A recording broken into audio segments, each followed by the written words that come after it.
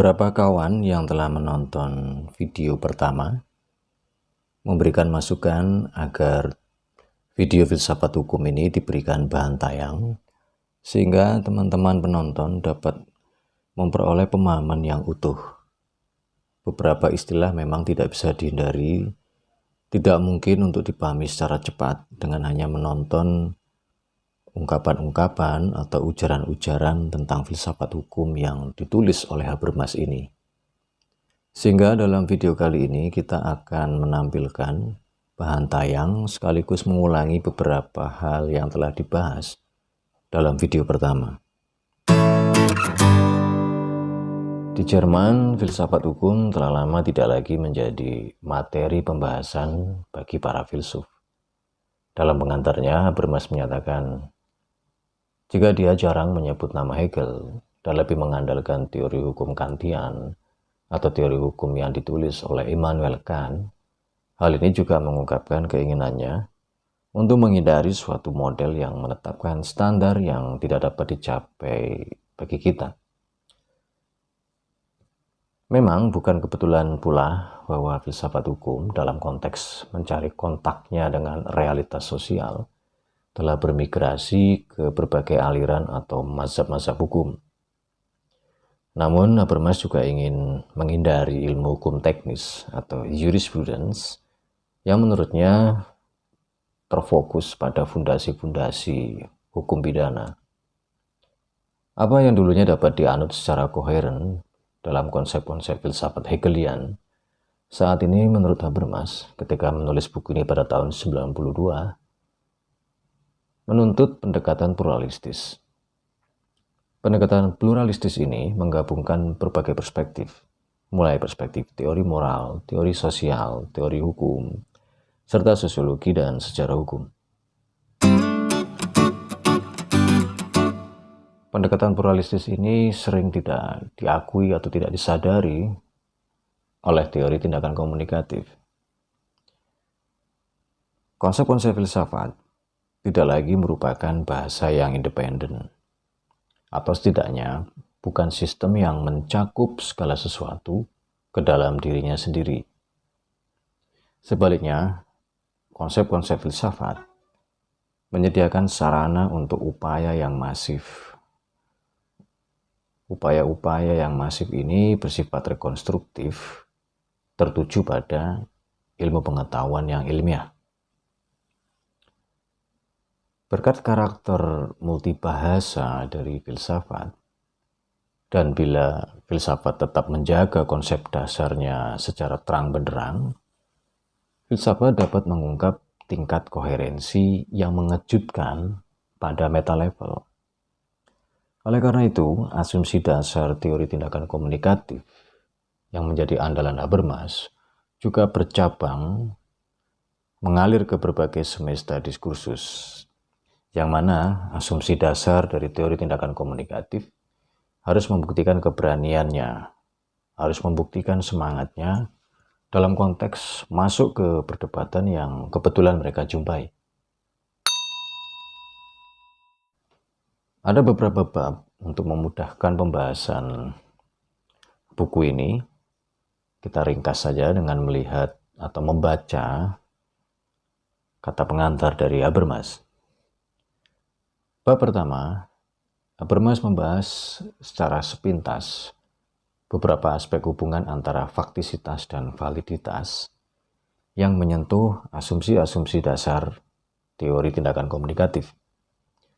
Secara alamiah, masalah yang muncul, yaitu masalah antara fakta dan norma, sebagaimana menjadi judul buku ini, Between Facts and Norms, membutuhkan klarifikasi filosofis yang lebih luas daripada yang dapat dicapai oleh Habermas pada konteks buku ini.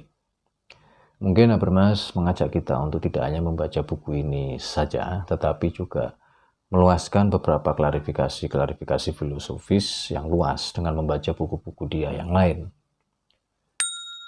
Bab kedua, Habermas menggambarkan pendekatan yang mencakup kesenjangan antara teori sosiologis hukum dan teori-teori filsafat keadilan.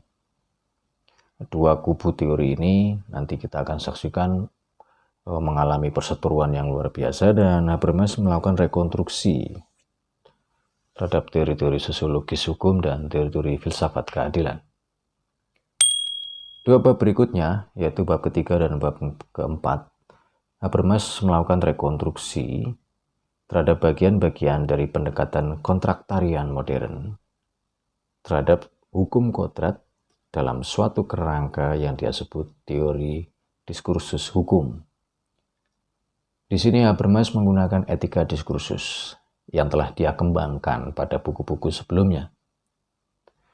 Namun, saat ini Habermas mencirikan hubungan komplementer antara moralitas dan hukum secara berbeda dari yang pernah dia lakukan. Pada bab kelima dan bab keenam, Habermas menguji pendekatan teori diskursus pada isu-isu sentral teori hukum. Secara khusus, Habermas merujuk pada suatu diskusi yang berlangsung di Republik Federal Jerman dan Amerika Serikat. Dua negara yang tradisi hukumnya relatif akrab bagi Habermas. Dalam bab ke-7 dan bab ke-8, Habermas mengklarifikasi konsep normatif dari politik deliberatif dan memeriksa konsep-konsep normatif politik deliberatif ini dari perspektif sosiologis. Bagaimana ada suatu kondisi untuk menjinakkan secara konstitusional sirkulasi kekuasaan dalam masyarakat yang kompleks. Di sini Habermas menulis teori demokrasi yang dia perlakukan di bawah aspek legitimasi atau keabsahan. Bab terakhir, yaitu bab ke-9, Habermas berupaya untuk menjembatani atau menyatukan teori hukum dan teori sosial dalam konsep paradigma baru, yaitu paradigma hukum proses. Seperti apa paradigma hukum proses? Nanti kita akan bahas pada ujung pembahasan pada channel ini. Habermas berharap bahwa argumen yang diuraikan pada setiap bab akan secara performatif membantah keberatan-keberatan bahwa teori tindakan komunikatif itu buta terhadap realitas institusional, atau bahkan teori tindakan komunikatif dapat memiliki konsekuensi anarkis. Tentu saja potensi kebebasan komunikatif yang dilepaskan memang mengandung inti anarkis. Institusi-institusi pemerintahan demokratis manapun harus hidup dari inti anarkis ini bila institusi pemerintahan ingin efektif dalam menjamin kebebasan yang setara bagi semua. Ini gagasan menarik bahwa mungkin institusi pemerintahan demokratis yang memang harus dituntut menjamin kebebasan komunikatif agar ada kebebasan yang setara bagi semua, hidup dalam inti anarkis. Habermas merasa harus lebih terlibat dalam diskusi hukum teknis atau jurisprudence daripada yang dia inginkan hanya sebagai orang awam. Nah, dalam proses pembahasan buku ini atau dalam konteks proses penulisan dan pembacaan buku teori diskursus hukum ini, Habermas menyatakan rasa hormatnya terhadap pencapaian konstruktif yang mengesankan dari disiplin ilmu hukum ini. Mungkin selama proses penulisan atau dia melihat dari perspektif lain, yaitu perspektif proses berkembangnya jurisprudence, Habermas semakin merasa hormat dan mengaturkan hormat terhadap pencapaian konstruktif yang mengesankan dari disiplin ilmu hukum teknis. Disiplin ilmu hukum teknis atau jurisprudence ini kalau di Indonesia cenderung diajarkan pada semester 1 sampai lulus. Fokusnya atau medan dari ilmu hukum teknis ini adalah peradilan. Habermas mengusulkan untuk memperjelas background atau latar belakang paradigmatik dari pemahaman hukum dan konstitusi. Hal ini dimaksudkan sebagai kontribusi terhadap diskusi-diskusi yang sedang berlangsung. Secara khusus, kontribusi ini ditujukan terhadap skeptisisme yang berkembang di kalangan ilmuwan atau sarjana hukum, terutama terhadap apa yang Habermas anggap sebagai realisme palsu yang meremehkan dampak empiris dari presuposisi normatif dari praktek-praktek hukum yang ada. Selain itu, pemahaman diri moral praktis modernitas juga dibahas oleh Habermas. Pemahaman diri moral praktis modernitas secara keseluruhan diartikulasikan dalam kontroversi yang telah kita lakukan sejak abad ke-17, khususnya tentang konstitusi terbaik dari komunitas politik. Pemahaman diri ini dibuktikan baik oleh kesadaran moral universalistis maupun oleh desain liberal dari negara konstitusional. Habermas mengingatkan kembali 3 dimensi validitas, yaitu validitas kognitif, validitas evaluatif, dan validitas normatif yang telah dibedakan sedemikian rupa antar 3 dimensi itu dalam pemahaman diri modernitas yang tidak boleh runtuh. Habermas mengingatkan suatu aspek kesejarahan rasio. Setelah 1 abad,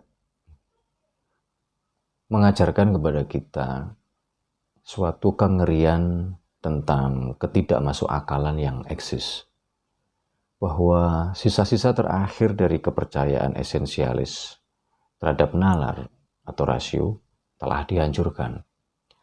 Namun modernitas yang saat ini sadar akan kemungkinan-kemungkinannya justru lebih bergantung pada rasio atau nalar prosedural, yaitu nalar yang membuat dirinya diadili. Uraian Habermas dalam pengantar buku ini mengingatkan kita tentang kritik nalar. Kritik nalar ditulis pertama kali oleh Immanuel Kant.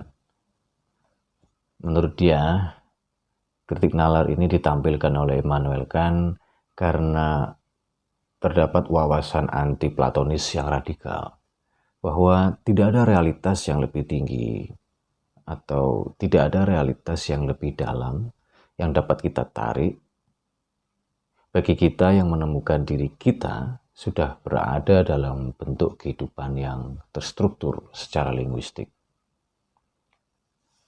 Kita akhiri dulu, kita renungkan bagaimana posisi Habermas dalam penulisan filsafat hukum ini akan lebih banyak mengupas teori Kantian atau teori-teori hukum dari Immanuel Kant dengan cara yang sama sekali berbeda dengan buku-buku sebelumnya, terutama ketika dia membahas hukum dan moralitas.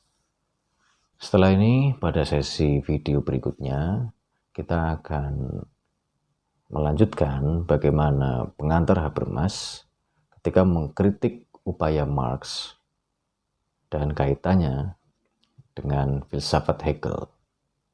Sampai bertemu kembali pada sesi video berikutnya.